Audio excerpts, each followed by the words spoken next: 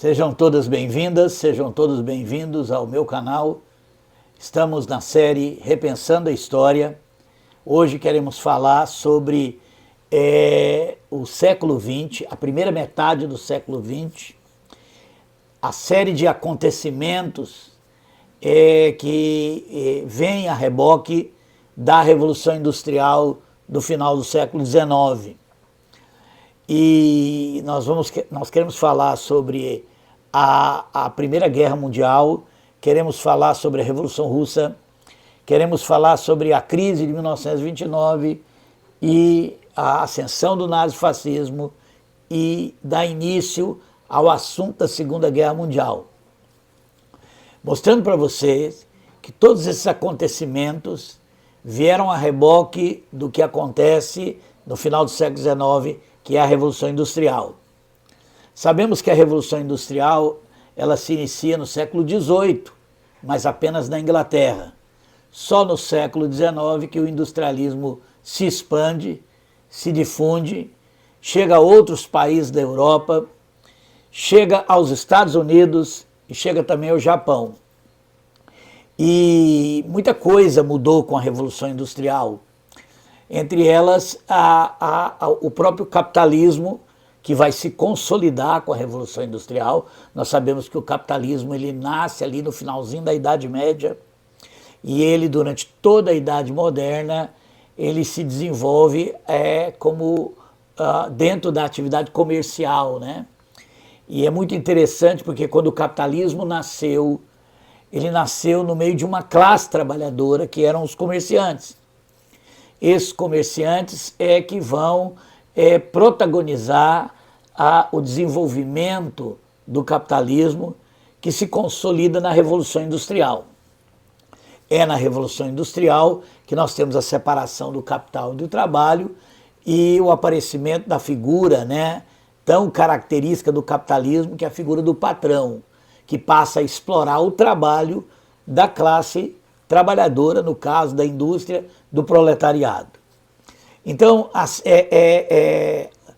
é por isso que só com a Revolução Industrial que nós podemos falar de um capitalismo consolidado e que realmente se manifesta, né, em toda a sua realidade baseada na exploração do trabalho.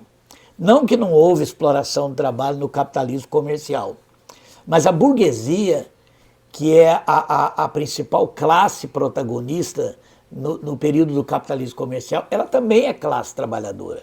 Ela também realiza trabalho. Ainda não havia essa separação do capital do trabalho. O que vai acontecer com a Revolução Industrial. E é muito importante que a gente entenda o seguinte, que esse trabalhador agora, que a gente chama de proletariado, que é o trabalhador da indústria, ele será totalmente alienado do seu trabalho, ele vai ser totalmente separado da sua ferramenta de trabalho, ou seja, desde que o homem surgiu na Terra, dentro do processo de evolução humana, a principal característica é que esse processo aconteceu através do trabalho humano e através da produção de ferramentas.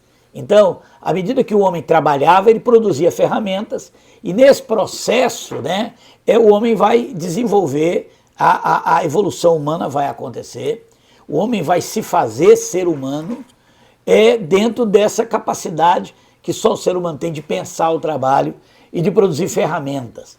Com a Revolução Industrial, essas ferramentas que vão estar na fábrica, elas pertencem ao dono da fábrica. Ela não pertence mais ao trabalhador.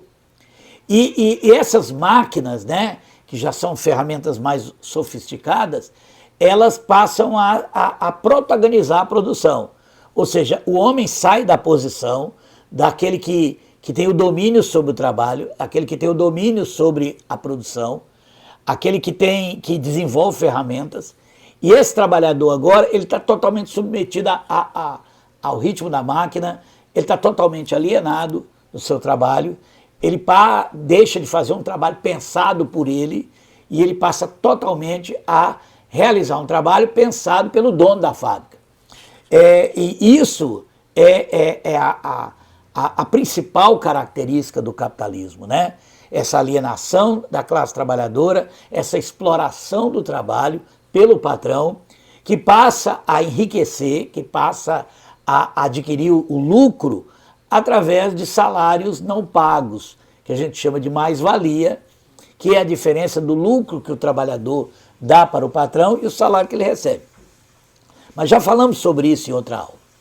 Mas um aspecto da Revolução Industrial importante, na verdade 2 aspectos, primeiro, que essas nações que se industrializaram, que não foram todas, né, elas, a partir do momento que elas passam a produzir em série, elas vão carecer de matéria-primas.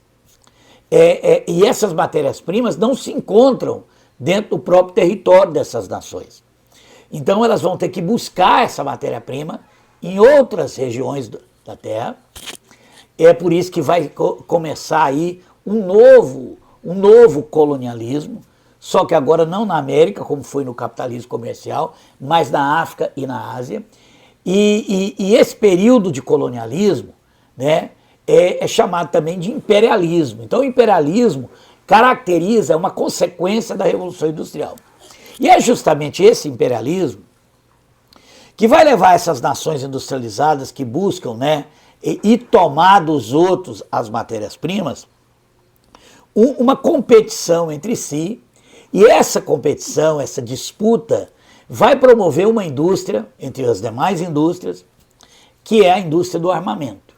Então, para a gente entender a Primeira Guerra Mundial, nós temos que entender o desenvolvimento da indústria do armamento, da produção de armas em série. Armas essas que, à medida que são produzidas, elas precisam ser testadas. Então, tudo isso vai contribuir para um clima, né, de hostilidade entre as nações, na disputa do colonialismo, mas vai produzir também essa situação, esse clima que não demoraria muito, levaria à Primeira Grande Guerra Mundial. Um outro aspecto para a gente entender a relação da Revolução Industrial com a Primeira Guerra Mundial é o fato que esse trabalhador, ele é óbvio, né? Não vai demorar muito, ele vai perceber que ele está sendo explorado. Não talvez ele, porque ele está totalmente alienado, mas aqueles trabalhadores, porque o proletariado não era o único trabalhador que existia dentro do capitalismo, né?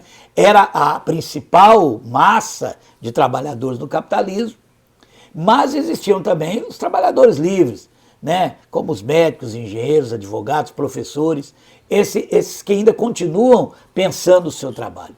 E são justamente esses que vão perceber o que está acontecendo, e é nesse ambiente, entre esses trabalhadores intelectualizados, que vai surgir as ideias socialistas.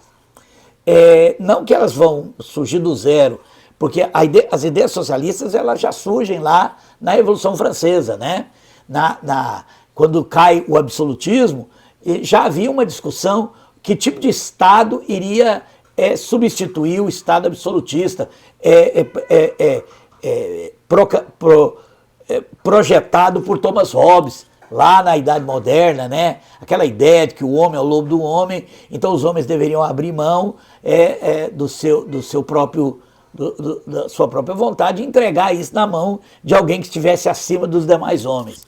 Essa era a ideia do absolutismo, do Estado absolutista, que prevaleceu aí durante a Idade Moderna. Mas caindo o Estado absolutista, o que se colocaria no lugar? Então, de um lado, nós temos a burguesia propondo uma ideia de Estado liberal. A burguesia sabe que esse Estado deveria estar na mão da classe que ainda pensa o trabalho, e principalmente da classe patronal. Então, essa é a ideia do liberalismo, né? Há uma visão elitista de que só aqueles que realmente são protagonistas da produção, no caso a burguesia, que são donos das fábricas, das máquinas, eles deveriam governar o Estado. Então esse é o Estado liberal. Mas também já ali na Revolução Francesa, nós temos as ideias de Jean-Jacques Rousseau. Jean-Jacques Rousseau ele não vê o mundo como os demais iluministas viam. Eles não tinham aquela visão de que a riqueza é o resultado do mérito humano, né? porque essa era a ideia que estava por trás do liberalismo, de que riqueza e pobreza era diferença de esforço humano, da própria diferença entre os homens, né? Então aqueles que lutam, trabalham, acordam cedo, se empenham, né? Esses enriquecem como consequência do trabalho. Então que os pobres seriam aqueles que optaram por não trabalhar. Então era uma visão de que dividia os homens dentro dessa ideia da meritocracia. Então essa é a visão dos liberais, o pensamento dessa classe burguesa industrial, principalmente. Por outro lado, o Jean-Jacques Rousseau tinha uma visão totalmente diferente. Ele achava que a diferença entre riqueza e pobreza era uma diferença vinha da injustiça social, vinha do fato de que alguns são privilegiados, já nascem privilegiados, e, portanto, têm muito mais oportunidades de enriquecer do que aqueles que já nascem numa classe mais pobre, que já são filhos de proletários e que estão fadados também a ser proletários. Então ele propunha um Estado que promovesse justiça social. Então nós temos já duas visões de Estado na Revolução Francesa. Mas com a expansão do industrialismo e pela própria desenrolar da Revolução Francesa, o liberalismo ele vai acabar se tornando sinônimo do capitalismo, né? Então o pensamento liberal burguês vai acabar prevalecendo, mas o pensamento de Jean-Jacques Rousseau ele vai reaparecer nos primeiros sindicatos, nas primeiras ideias socialistas que vai ser difundido no século XIX. Então o socialismo também é uma consequência do industrialismo, da própria exploração do capital sobre o trabalho. E é por isso que esse novo Estado liberal, consolidado principalmente na terceira fase da Revolução Francesa, a partir da terceira fase da Revolução Francesa com Napoleão, né, esse Estado burguês, ele vai perceber que essas ideias socialistas podem abrir o entendimento da classe trabalhadora, e isso ameaçava a burguesia. E também a própria conjuntura de disputa por matérias-primas, essa luta entre nações industrializadas. Por outro lado também haviam nações que ainda estavam debaixo dos grandes impérios esses que vieram aí da Idade Média, da Idade Moderna.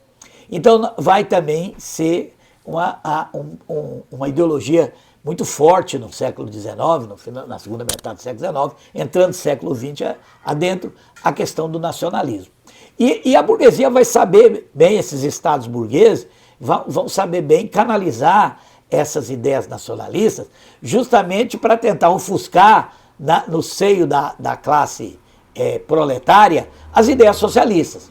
Então o nacionalismo vai acabar sendo usado como instrumento de alienação do trabalhador, que já está alienado pelo fato de estar submetido às máquinas, de não fazer mais um trabalho pensado por ele, e ser um trabalho cansativo, de muitos desses trabalhadores não ter acesso à educação. Esse é um ponto importante. Falamos isso na última aula, né? A questão da educação e da consciência de classe.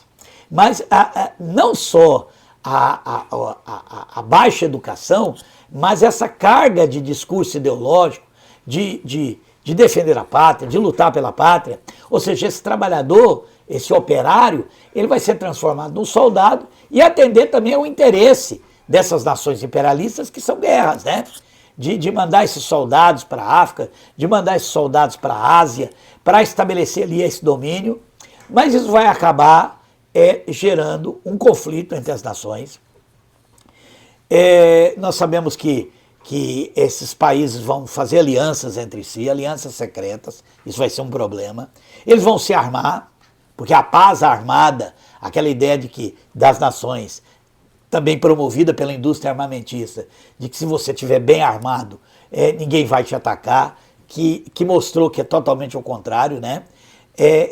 Vai levar à Primeira Guerra Mundial. E a Primeira Guerra Mundial vai ser uma catástrofe humana, né? vão morrer 25 milhões de pessoas nessa guerra. Ela vai levar também a uma crise, né, no mundo em geral, porque essas nações que lutaram entre si eram nações cristãs. Ou seja, nós temos cristãos matando cristãos. Claro que isso não é uma novidade na história, mas não são guerras por religião, né? Quando aconteceu a Reforma Protestante, lá no século XVI, nós vamos ter uma série de guerras que vão dominar a Idade Moderna, né?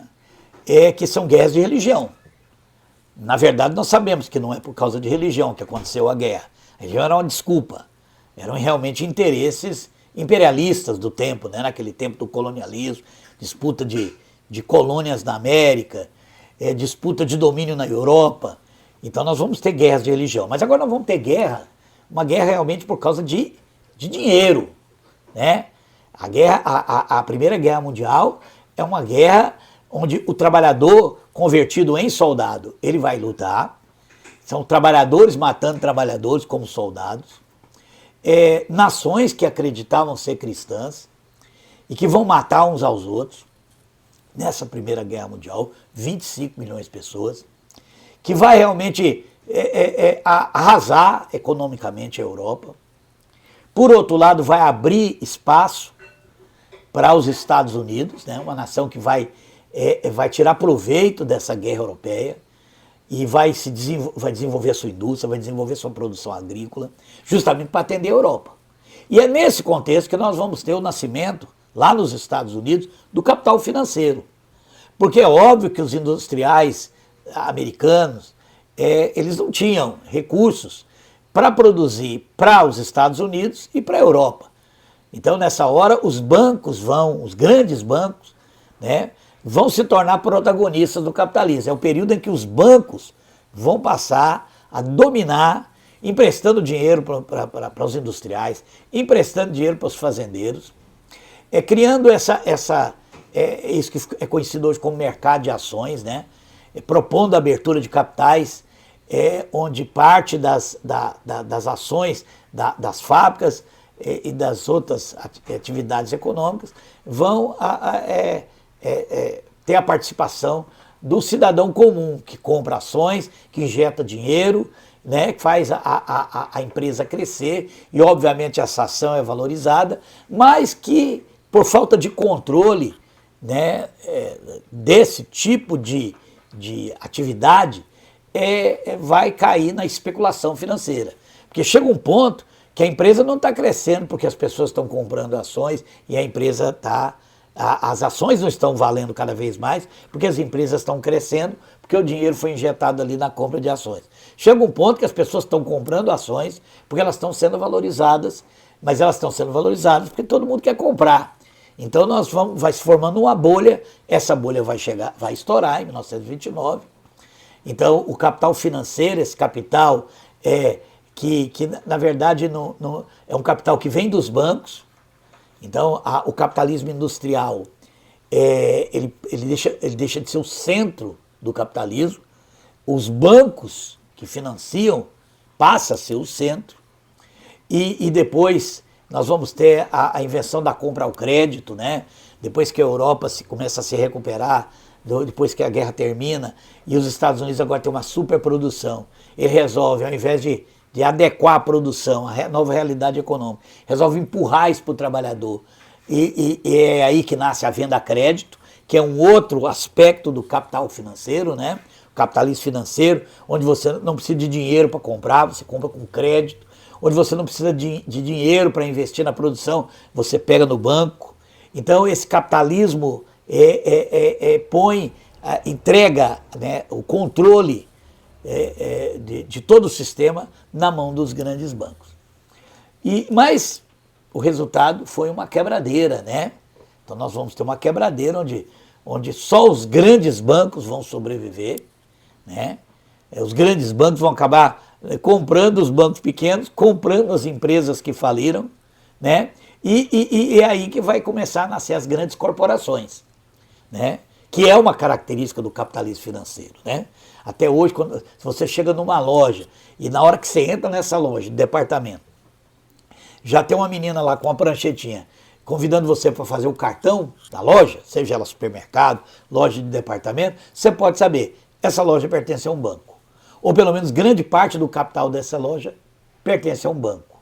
Ninguém vai a banco pedir dinheiro emprestado para comprar roupa, mas você vai nessas lojas que são bancos disfarçados de loja e acaba financiando roupa.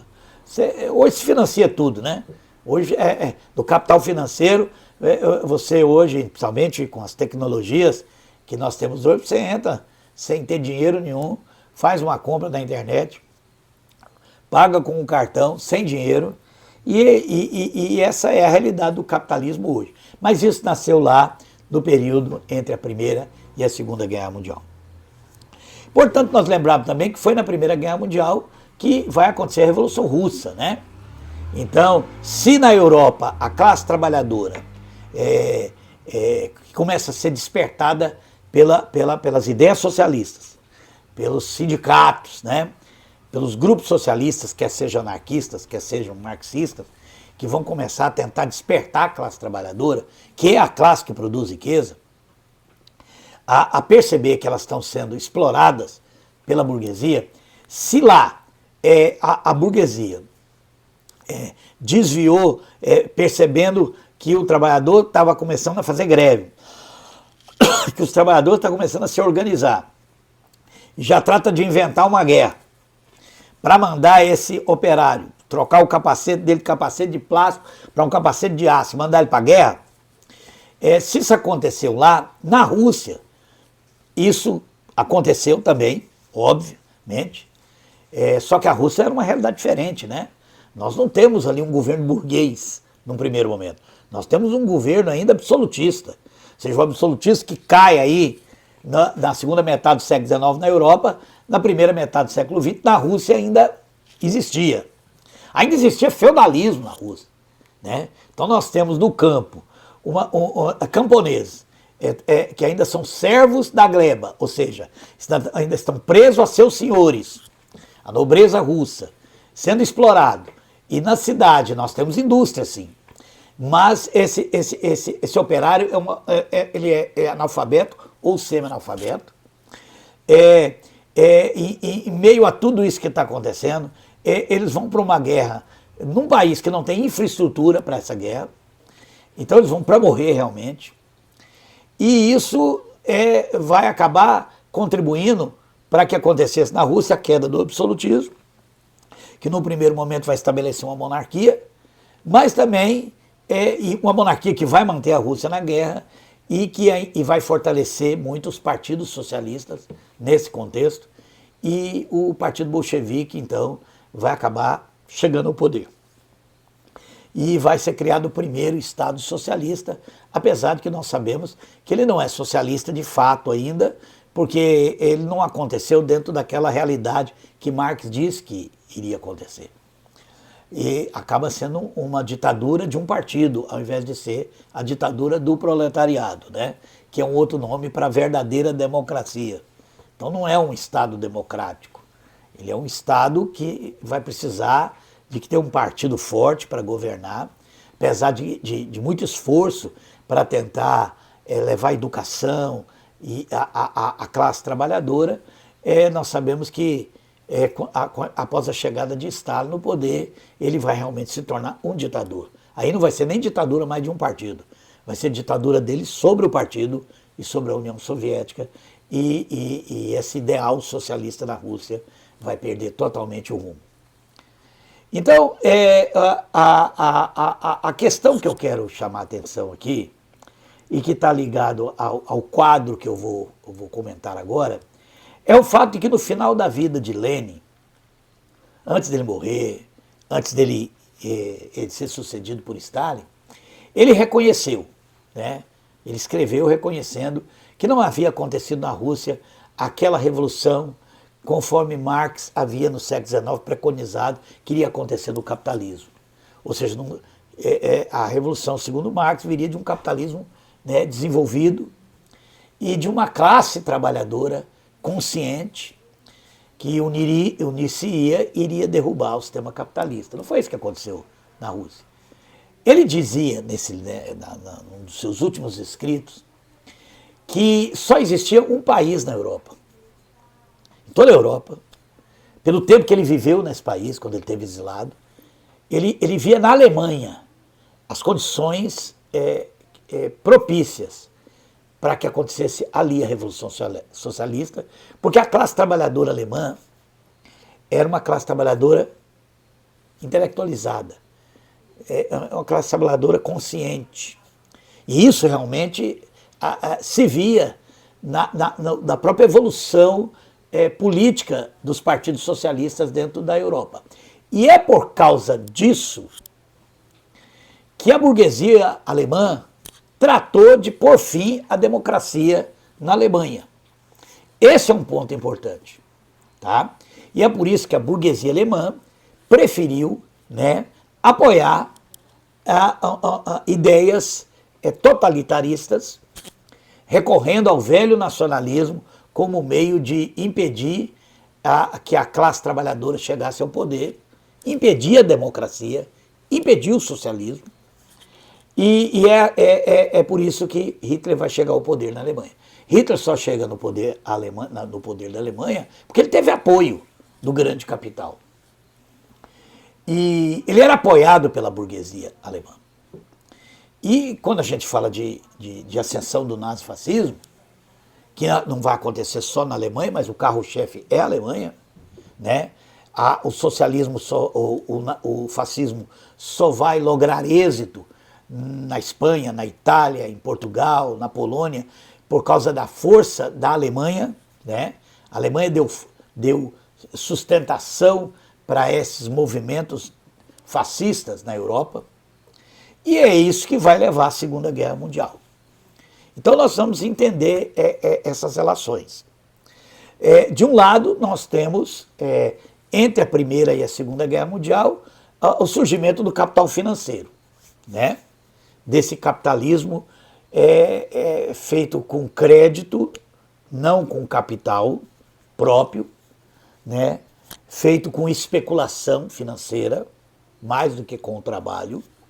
Então, tanto o trabalho quanto a produção perde aquela importância no capitalismo, se tornam fatores secundários, né? Ou seja, o capital financeiro passa a controlar a produção, passa a controlar o consumo. Então, é um capitalismo totalmente novo, né? E que vai entrar em crise, obviamente, né? Porque ele nasce nos Estados Unidos, ele é responsável por uma por essa prosperidade acelerada que aconteceu com os Estados Unidos, com o chamado American Way of Life, né? Essa propaganda que o trabalhador americano precisa comprar e adquirir, ainda que seja a crédito, e essa ideia de enriquecer através do mercado financeiro, através do capital especulativo, que são como a Bolsa de Valor, que existe até hoje, porque o capitalismo financeiro é uma realidade. Ele supera essa crise que aconteceu em 1929, ele vai enfrentando outras crises, mas o mais importante é que essa crise de 1929 nos Estados Unidos vai atingir a Europa, que estava tentando se reconstruir pós-Primeira Guerra Mundial, justamente com o capital americano. Então, os Estados Unidos quebra, a Europa quebra atrás. Você sabe muito bem que quando nós temos uma crise no capitalismo, quem acaba pagando é a classe trabalhadora, né? Porque os ricos têm reservas, eles têm capital acumulado para superar a crise. É um trabalhador que perde emprego, é um trabalhador que passa fome, e é nesse momento, né, que, novamente, o trabalhador começa a perceber, e ele vai, obviamente, pender para o discurso socialista. Se o capitalismo está em crise, ele precisa ser superado. Então, nessa hora de crise, a superação dessa crise, que é a superação do próprio sistema, volta à tona. E é nessa hora que a burguesia recorre a esses expedientes, né? Como o discurso nacionalista, o discurso do patriotismo, né? E o nazifascismo, ele encarna tudo isso, né? Ele encarna a ideia de da superioridade da classe burguesa, como classe produtiva, como classe inteligente, como classe que produz, como classe que deve ser tratada especialmente pelo Estado, né? A classe trabalhadora nessa hora, ela vira soldado novamente, ela é chamada para ser soldado, porque é isso que acontece, né? Com a classe trabalhadora, troca o capacete de plástico pelo capacete de aço, e nós vamos ter a Segunda Guerra Mundial, que vai ser uma catástrofe muito maior do que a Primeira Guerra Mundial, né? Por exemplo, se na Primeira Guerra Mundial morreu 25 milhões de pessoas, na Segunda Guerra Mundial morreu 70 milhões. Se na Primeira Guerra Mundial essas 25 milhões de pessoas eram majoritariamente soldados, na Segunda Guerra Mundial 70 milhões de pessoas são majoritariamente civis. Ou seja, nós vamos ter uma guerra sem precedentes, a Segunda Guerra Mundial, e ela tá ligada a tudo isso que a gente tem falado aqui, que começa lá com a Revolução Industrial, com a disputa de mercados, com a disputa de colônias, com a indústria armamentista, né, com a transformação do operário em soldado, com o discurso nacionalista, né, e que vai culminar na Primeira Guerra Mundial. E esse passa a ser um expediente muito utilizado. E por que eu estou falando isso? Porque nós estamos voltando numa época onde o discurso imperialista volta à tona, né? Nós estamos voltando a um discurso de armamentismo. Nós estamos com toda esse retorno àqueles discursos que surgiram lá no século XIX, na primeira metade do século XX, né, para impedir que a classe trabalhadora realmente tomasse o poder através de verdadeiras democracias, né? Não a ditadura da burguesia, como sempre existiu desde a Revolução Francesa, mas a ditadura do proletariado, que não tem nada a ver com ditadura de partido ou de algum líder carismático, como aconteceu na União Soviética e nos países que seguiram o modelo soviético de socialismo. Nós estamos falando de uma democracia, de uma social-democracia, que era o grande medo da burguesia, né?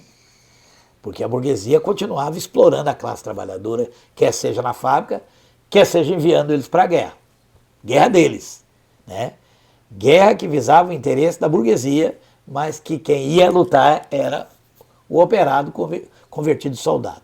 Então, tudo isso é um quadro do século XX, e nós chegamos agora no século XXI, perigando que isso volte novamente, porque o discurso nazifascista está de novo à tona, o imperialismo está de novo à tona, o armamentismo está de novo à tona, e nós estamos, sem sombra de dúvida, com o perigo de caminharmos para uma terceira guerra mundial. Era isso que eu queria falar nessa noite. Muito obrigado por você ter ficado comigo até agora.